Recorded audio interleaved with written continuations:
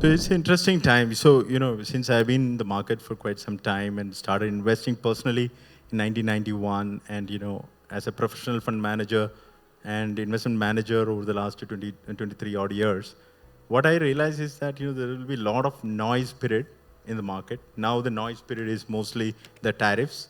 So people all get perturbed and, every media and every aspect, everyone asks about tariffs.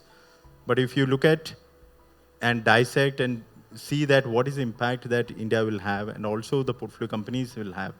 Fortunately, for our sake, from the ASK positioning point of view, especially in the last 4 months back, when I joined in and when we looked at the business cycle we want to play are more domestic-oriented sectors.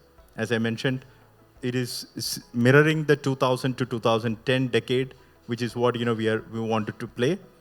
It comes with banks, real estate, capital goods, engineering, and these sectors which are more domestic in nature. That is what we have positioned ourselves for, and we restructured our portfolios to bring these companies into the portfolio and these sectors into the portfolio.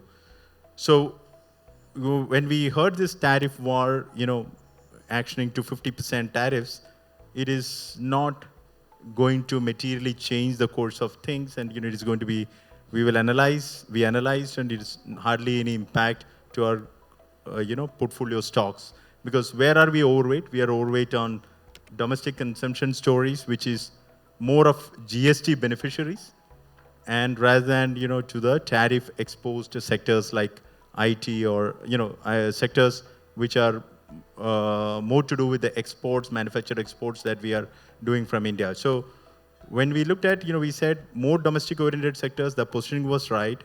In hindsight, it was looking more that we were positioning for not a tariff excluding portfolio, and plus we were positioning for GST benefits.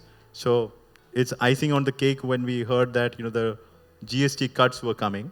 So the portfolios are well poised for playing the GST benefit theme. And when I see all these noise of tariff, all these things will die down, as Amit was mentioning, in some time to come, and probably people will shrug it off and say that okay, this is not impacting India in many quarters, unless otherwise the Hire Act come in and some sort of complete disruption in the IT services industry, or the manufactured exports. Further, it creates a balance of payment issue. I don't see it's going to make a material difference to the portfolios or the markets.